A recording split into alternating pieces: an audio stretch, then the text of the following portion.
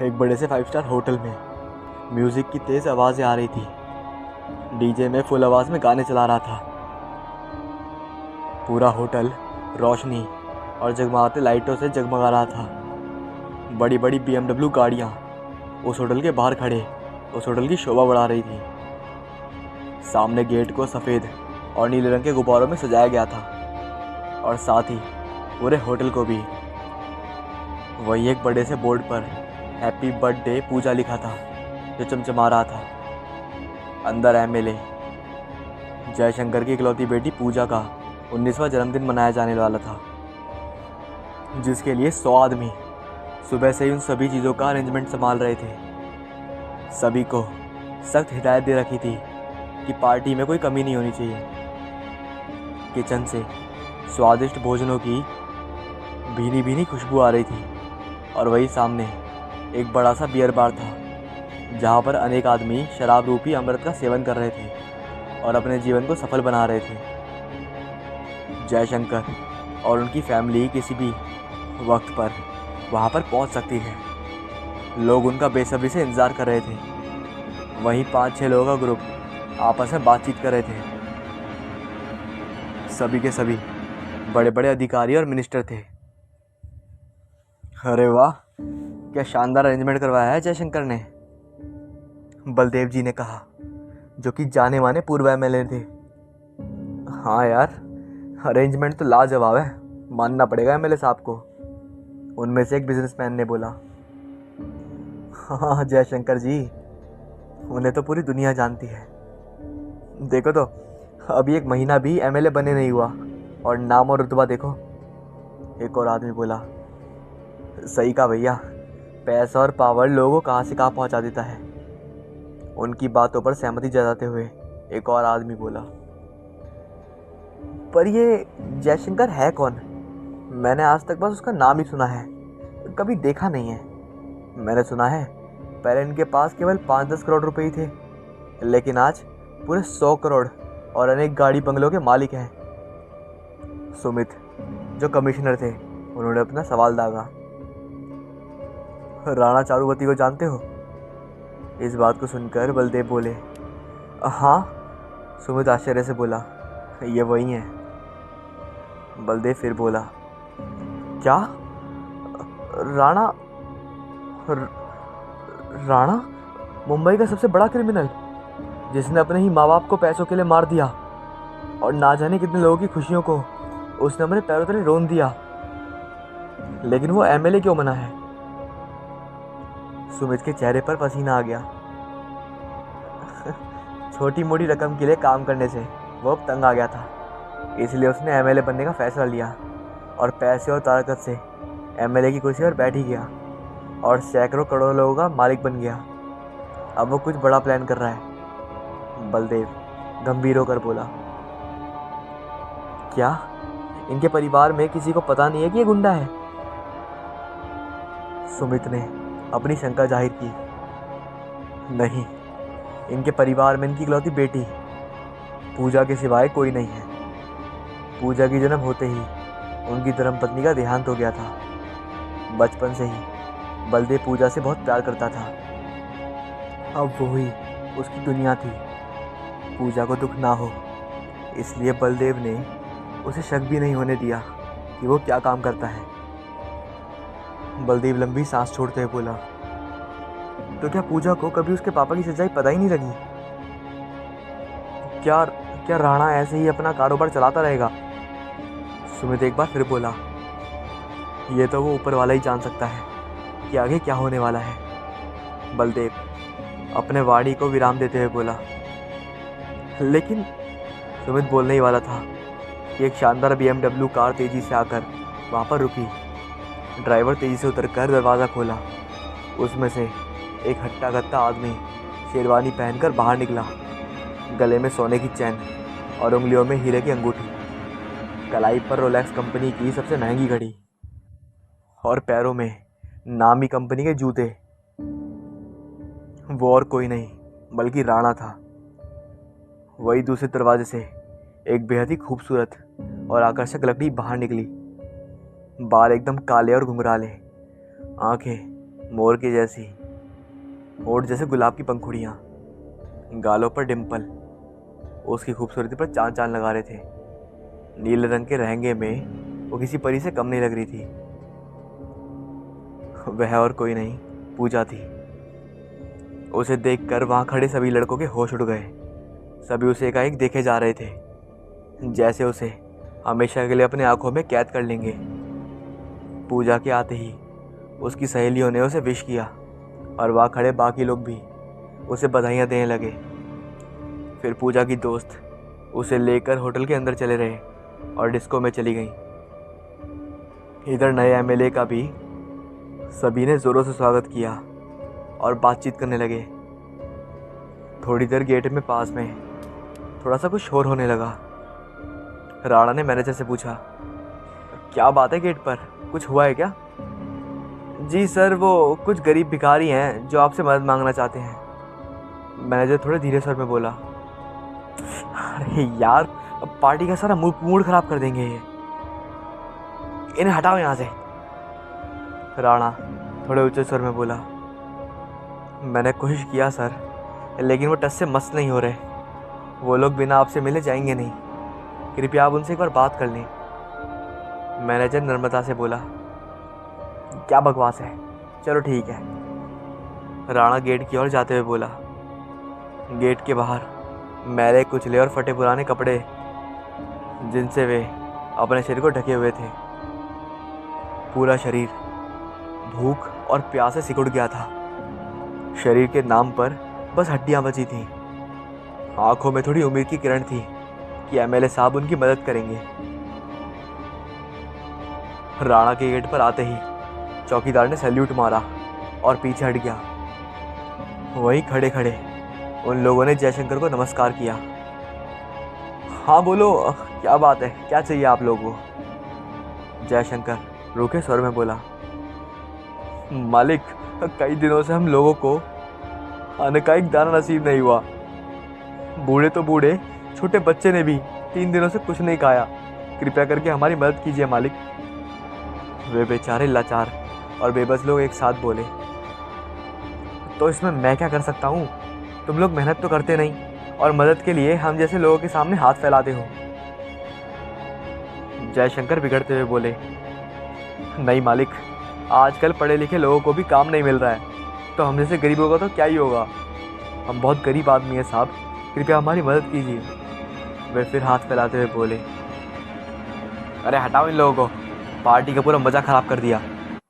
जयशंकर अपने बॉडीगार्ड से बोला और बॉडीगार्ड ने उन्हें वहाँ से मारते हुए भगा दिया। वे बेचारे सड़क के किनारे बैठ गए। तभी उनमें से एक बच्चा बोला।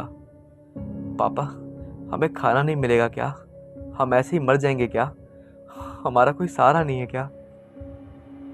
बच्चे के इस बात को सभी सुन पड़े और सुनते ही रोने लगे। एक बुजुर्ग बोला। हाँ बेटा, हम जैसे गरीबों का यहाँ कोई सहारा नहीं है। हम गरीबी में जीते हैं और गरीबी में ही मर जाते हैं। इन बड़े लोगों को हम लोगों से कोई मतलब नहीं। होटल में वेटर को भले ही मोटी टिप दे देंगे, लेकिन हम जैसे गरीबों की कोई मदद नहीं करेगा। तो हम क्या करें? हम लोगों की किस्मत में यही लिखा है। हाँ, क्या कोई फरिश्ता हमें इस गरीबी से मुक्त नहीं कराएगा? एक आदमी बोला। यदा यदा नि धर्मस्य ग्लानिर्भरति भारत अभ्युत्थानम् धर्मस्य तदात्माम् सृजाम्यहम्। कहते हैं जब जब धर्म की हानि होती है और धर्म बढ़ता है, तब तक लोगों की रक्षा करने के लिए और दुष्टों का विनाश करने के लिए ईश्वर हर युग में जन्म लेते हैं। अगर भगवान श्री कृष्ण की ये वाणी सत्य है, तो इस युग में भी हमारी रक्षा के लिए वे ज़रूर प्रकट होंगे। आसमान में काली घटाएं छाने लगी और बिजली भी जोर जोर से कड़कने लगी, और तभी आसमान से एक काला साया तेजी से नीचे आते हुए दिखाई दिया। इन सब बातों से अनजान उधर होटल की डिस्को में एक गाना चलने लगा। सभी उस गाने में डांस करने लगे और बाकी लोग उसके सम्मान में तालियां बजाने लगे। थोड़ी देर बाद डांस खत्म हुआ पूजा के साथ बाकी सभी बाहर आए। बाहर जयशंकर अपने दोस्तों से काफ़ी देर तक बातचीत कर रहे थे। अरे भाई जयशंकर, तुमने क्या शानदार अरेंजमेंट करवाया भाई, वाकई काबिले तारीफ है। बलदेव मुस्कुराते हुए बोले, धन्यवाद बलदेव जी, एक ही तो बेटी है, उसकी खुशी के लिए मैं कुछ भी कर सकता हूँ। ये तो बस एक छोटा सा ट्रेलर था, जयशंकर बोला। वे कुछ और बातचीत करते उससे पहले ही वहाँ पूजा आ गई। हैप्पी बर्थडे पूजा बेटा, बलदेव पूजा को विश करते हुए बोले। थैंक यू अंकल, तुम्हारे पापा बहुत खुश नसीब है बेटी, जिसे तुम जैसी बेटी मिली। पढ़ लिख कर खेल कूद कर सही में टॉप करना, बलदेव फिर बोला। खुश नसीब तो मैं हूँ अंकल, जो मुझे इतने अच्छे और प्यारे पापा मिले जो किसी का बुरा नहीं चाहते। जयशंकर के कार्य से अनजान मासूम पूजा बोली। अच्छा, अब चलो जल्दी से केक काटते हैं, मुझसे अब इंतज़ार नहीं होता। जयशंकर बात को टालते हुए बोले। ओके पापा। पूजा अपनी सहेलियों के लिए स्टेज पर पहुंची। वहीं जयशंकर भी अपने दोस्तों के साथ पहुंच गए। फिर जयशंकर के एक इशारे पर वेटर एक बड़ा सा केक लेकर आया। पूजा आज बहुत खुश थी। जयशंकर ने केक काटने के लिए बोला। पूजा एक प्यारा सा चाकू लेकर केक काटने के लिए तैयार हुई। वहीं बाकी लोग हैप्पी बर्थडे टू यू वाला गाना गाने लगे। पूजा केक काटने वाली थी कि लाइट बंद हो गई। सभी बेवजह से परेशान उठे।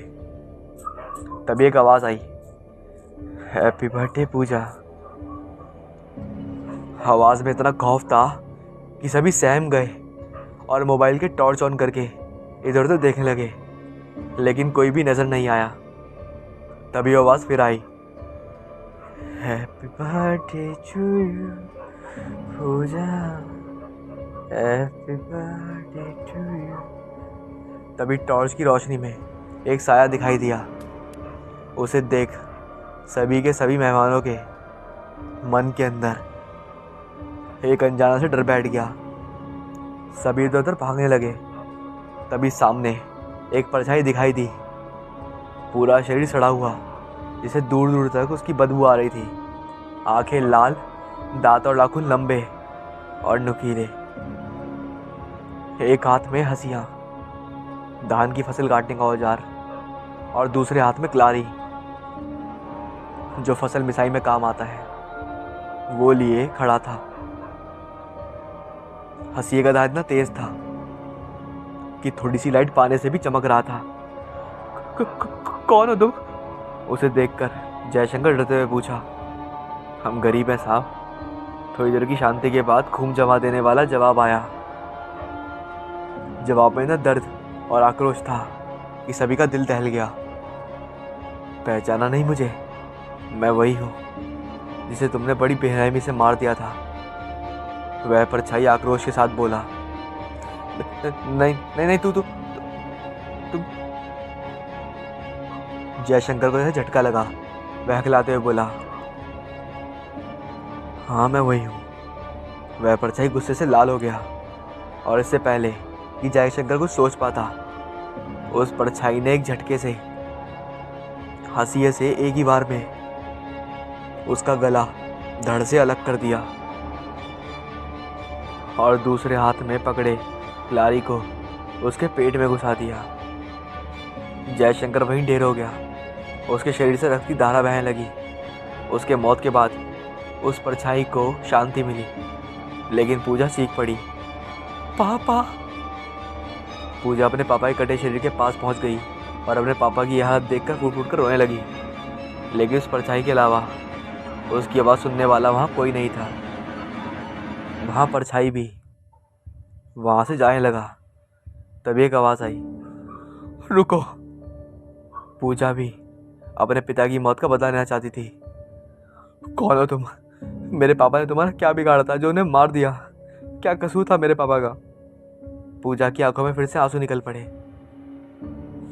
और हम लोगों का क्या कसूर था जिसे तुम्हारे पापा ने बड़ी बेरहमी से मार डाला? हम तो जी रहे थे जैसे तैसे, हमें तुम्हारे पापा का क्या बिगाड़ा था? उस परछाई की आंखों में आंसू आ गए। क्या? पापा ने आपको मारा? नहीं नहीं, ये झूठ है। पापा कभी किसी को नहीं मार सकते। तुम झूठ बोल रहे हो। पूजा अपने आंसू को पहुंचते हुए बोली। उसने ही किया था। उसने हम सबको मारा था। उसी ने इस मौत के खेल को शुरू किया था। उसी की वजह से आज हजारों लोग मर रहे हैं। वह परछाई गुस्से से बोली। क्या? पूजा घबरा गई। हाँ, जानना चाहती हो कौन था तुम्हारा पापा? क्या किया था उसने? वह परछाई पूजा की बात सुनकर बोलता है। इस शहर का एक छोटा सा इलाका जिसे आवानाका कहते हैं, वहाँ 40-50 परिवार रहते थे। दिन भर की मेहनत के बाद उन्हें 2 वक्त की रोटी नसीब होती थी। फिर भी वे खुशी खुशी अपना जीवन व्यतीत करते थे। वहाँ कोई छोटा बड़ा नहीं था। सभी एक दूसरे से मिलकर रहते। अगर किसी घर में खाना नहीं होता तो पूरा परिवार अपने घर से थोड़ा थोड़ा अनाज उन्हें दे देते। उसी परिवार में से मैं भी था। मेरा नाम राजीव है। मैं बचपन से अनाथ था, लेकिन उन्होंने मुझे कभी अनाथ महसूस होने नहीं दिया और मुझे अपने परिवार जैसा रखा। मेरे पिता वहाँ के मुखिया था, इसलिए उनके बाद उन्होंने मुझे मुखिया चुना। मैं भी पूरे लगन से उनकी सेवा का कार्य करता। जब भी कोई मुसीबत आती तो मैं सामने खड़ा हो जाता। तभी एक दिन ऐसा तूफान आया जिसने हमारी ज़िंदगी को तहस नहस कर दिया। वो था जयशंकर उर्फ राणा। पूजा चौंक गई। राणा? वैसा आया बोला। हाँ, राणा, मुंबई का सबसे बड़ा डॉन। उसने बचपन से ही मारपीट और खून खराबा शुरू किया था। उसे जैसे तैसे पैसे कमाने का भूत सवार था। पैसों के लिए वह कुछ भी कर सकता था। समय बीतता गया, लेकिन डॉन बनने के बाद भी वह खुश नहीं था, क्योंकि उसमें पैसे कम और पकड़े जाने का डर ज़्यादा था। हालांकि पुलिस तो क्या, कोई मंत्री भी उनके नाम से डरते थे, लेकिन फिर भी ये बात उसके मन में चलती रहती। शादी होने के बाद पूजा का जन्म हुआ, जिसके बाद उसकी पत्नी चल बसी। वह अपनी पत्नी से बहुत प्यार करता था, जिसके बाद वह खून से उब चुका था। फिर एक दिन उसने एमएलए बनने का सोचा, जिसमें बिना मार काट के भी बहुत पैसा कमाया जा सकता था, और वो भी अनगिनत। काफ़ी समय के बाद अपने पावर और पैसे से एमएलए बन बैठा वो, जिसके बाद उसका जुनून पागलपन में बदल गया। एक बहुत बड़ी कंपनी ने 10,000 करोड़ का एक प्रोजेक्ट शुरू किया, जिससे अनेक शॉपिंग मॉल, सिनेमा इत्यादि का निर्माण किया जाने वाला था। लेकिन जिस जगह पर उसका एक कॉन्ट्रैक्ट बनाना था, उसका परमिट और आदेश उनके पास नहीं था। उसके लिए उन्होंने जयशंकर यानी कि तुम्हारे पिता से हाथ मिलाया। इसके लिए उन्हें 100 करोड़ रुपए मिले। इसके बदले उन्हें उस कंपनी को इस जगह का परमिट और आदेश जारी करवाना था, और सबसे बड़ा काम था उस जगह को खाली करवाना, जहां वो शॉपिंग मॉल, सिनेमा आदि बन सके। उस जगह का नाम था आमानाका। हाँ, आमानाका यानी हमारा घर। कुछ लोगों के साथ तुम्हारे पापा हमारे सामने आए और बोलने लगे कि हमें जगह खाली करनी पड़ेगी। अब यहाँ बड़े बड़े शॉपिंग मॉल और बिल्डिंग्स बनेंगी। हम सभी ये सुनकर चौंक गए। अगर यहाँ मॉल बनेंगे तो हम कहाँ जाएंगे? हम कहाँ रहेंगे? हम लोगों ने उनसे काफ़ी विनती की, आप कहीं और शॉपिंग मॉल बना लीजिए, अपनी बिल्डिंग कहीं और बना लीजिए। हम यहाँ गरीब हैं, हम कहाँ जाएंगे? उसके बाद उन्होंने हमें पैसों का लालच दिया और कहा, जाओ और कहीं और जाकर रहो। लेकिन पैसों से हमारा क्या होता? हमें तो रहने के लिए छत चाहिए थी, जिसने नीचे हमारे बच्चे सो सके। हम नहीं माने और सभी एक साथ मिलकर उसका विरोध करने लगे, जिससे उन्हें उस समय के लिए वहाँ से हार मानकर जाना पड़ा। तभी एक दिन उनका एक प्रस्ताव आया, जिसमें लिखा था कि उस जगह और घरों के बदले उन्हें दूसरी जगह पर घर बना कर दिया जाएगा, और काम भी, जिससे वे कमा कर अपना पेट भर सकते थे। हम सब ये सुनकर काफ़ी खुश हो गए। चलो, हमें घर और काम तो मिल जाएगा। सभी राजी हो गए। तभी उन्होंने मुझे, यानी कि मुखिया को, अचानक से बुलाया ताकि बाकी की बातचीत हो सके। मैं अकेले उनके घर चला गया। वहाँ जयशंकर के अलावा और 4-5 लोग थे। उन्होंने नक्शे में बताया कि किस जगह हमें घर मिलेगा। वह जगह काफ़ी बड़ी थी जहाँ हमारा परिवार अच्छे से रह सकता था। मैं मन ही मन काफ़ी खुश हो रहा था कि चलो, अब हमारे दुख खत्म हो चुके हैं। उन्होंने मुझे 5 करोड़ का चेक दिया ताकि हम उन पर भरोसा जता सकें।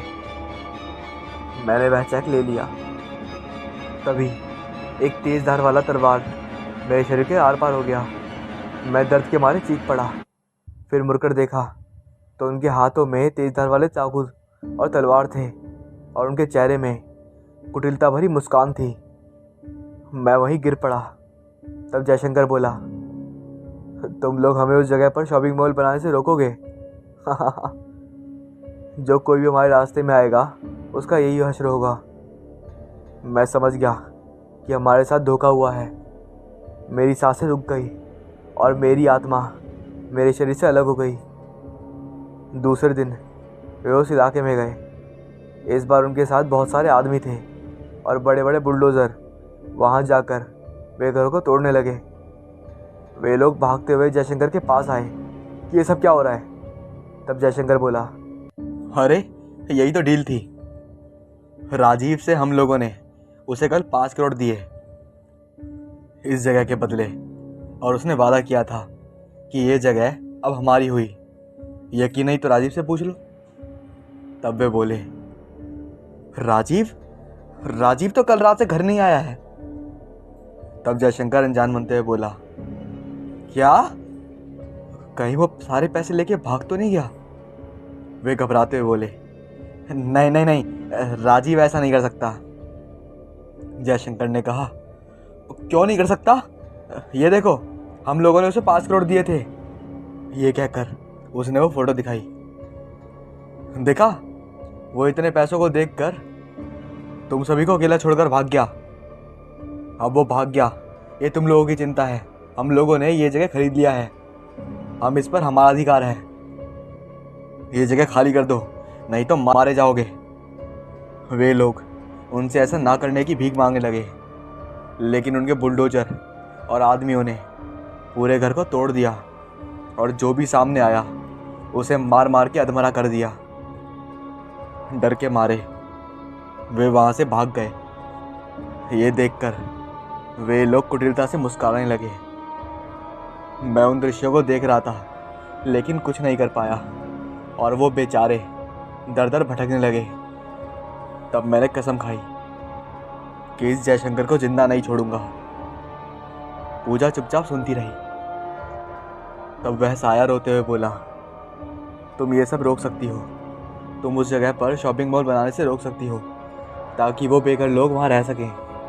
अपने पापा से कहना ये सब रोक दें, वरना मुझे मजबूरन उन्हें मारना पड़ेगा। क्या? पूजा ये सुनकर चौंक गई। लेकिन आपने तो पापा को मार दिया है।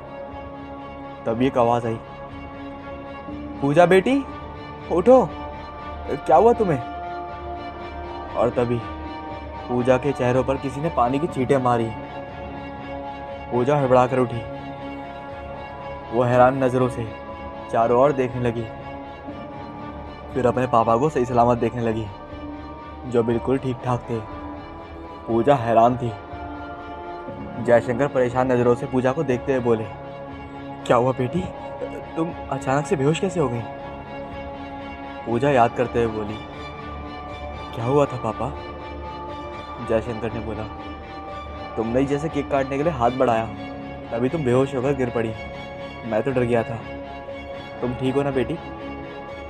पूजा ने कहा, हाँ पापा मैं ठीक हूँ। जयशंकर ने कहा, भगवान का शुक्र है जो तुम ठीक हो। अगर तुम्हें कुछ हो जाता तो मैं मर ही जाता। जयशंकर घबराते हुए बोला, कुछ ही देर में सब नॉर्मल हो गया, सिवाय पूजा के, उसके मन में चल रही बातों और उस सपने के। वो सपना था या और उसने जो कहा, क्या वो सच होगा? तब जयशंकर बोले, चलो बेटी केक काटो, सभी तुम्हारा इंतजार कर रहे हैं। पूजा ने अपनी आंखों को बंद कर लिया, फिर एक लंबी सांस लेकर बोली, पापा मुझे आपसे कुछ बात करनी है। जयशंकर ने कहा, हाँ पूछो। पूजा ने कहा, लेकिन वादा कीजिए कि आप सत्य बोलेंगे। जयशंकर ने कहा, अच्छा ठीक है पूछो। पूजा ने वह सब कह सुनाया जो भी कुछ देर पहले उसने सपने में देखा था। फिर उसके बाद वह बोली, क्या आपने सच में ये सब किया है? क्या आपने राजीव को मारा था और उन लोगों को उनके घर से बेघर किया था? जयशंकर गंभीर होकर वहाँ एकदम से खड़ा हो गया। उसे कुछ समझ में नहीं आ रहा था कि वो क्या बोले।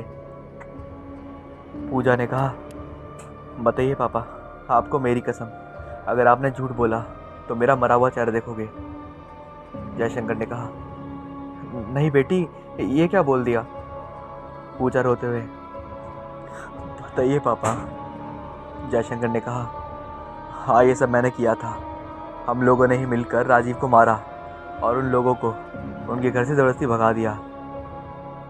ये सुनकर पार्टी में शामिल सभी लोग चौंक गए। पूजा बोली, क्यों पापा, क्या मिला आपको ये सब करके? माँ भी आपसे दूर हो गई और अब मैं भी।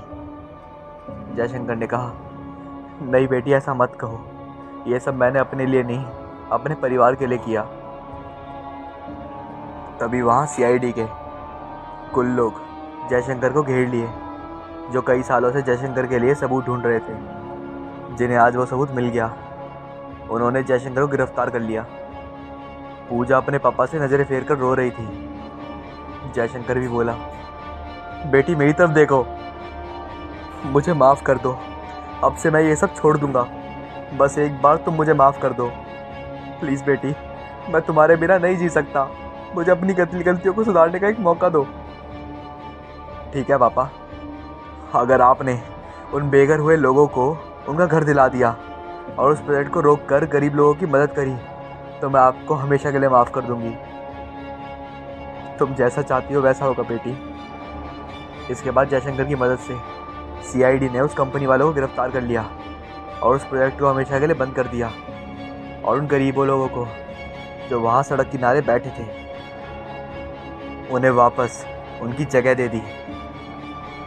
उनके लिए घर की व्यवस्था की गई और उनके खाने की भी। सब ठीक हो गया। तब पूजा बोली, मैं आपसे बहुत खुश हूँ पापा, मैंने आपको माफ़ किया, चलिए अब घर चलते हैं। जयशंकर बोला, नहीं बेटी अभी नहीं। पूजा चौंकते हुए बोली, क्या हुआ पापा? जयशंकर ने बोला, मैंने इन गलतियों का पश्चाताप तो कर लिया है, लेकिन मैंने जो और पाप किए हैं उसकी सज़ा मुझे मिलनी चाहिए। लेकिन पापा, नहीं बेटी मुझे जाने दो। अब जो जयशंकर तुम्हारे पास आएगा वो होगा तुम्हारा पिता। इस जयशंकर को मुझे मारना होगा। ये कहकर वह उन सीआईडी वालों के साथ चला गया। पूजा वहीं बैठी रोती रही।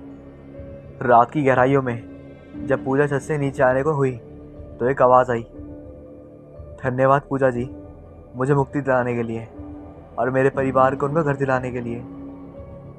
पूजा अपनी आंसुओं को पहुँचते हुए नीचे आ गई और इंतज़ार करने लगी अपने पिता का, और साथ ही पूरी मेहनत से पढ़ाई करने लगी ताकि वो गरीब लोगों की मदद कर सके। 10 साल बाद आज पूजा अपने दम पर एमएलए बन गई और गरीब लोगों की हर संभव मदद कर रही है ताकि कोई भी भूखा ना रहे। और जब जयशंकर जेल से बाहर आया और अपनी बेटी की लोगों से मुंह से तारीफ सुनी तो उसका सीना गर्व से चौड़ा हो गया। जब दोनों बाप बेटी मिले तो एक दूसरे को गले लगाकर रोने लगे।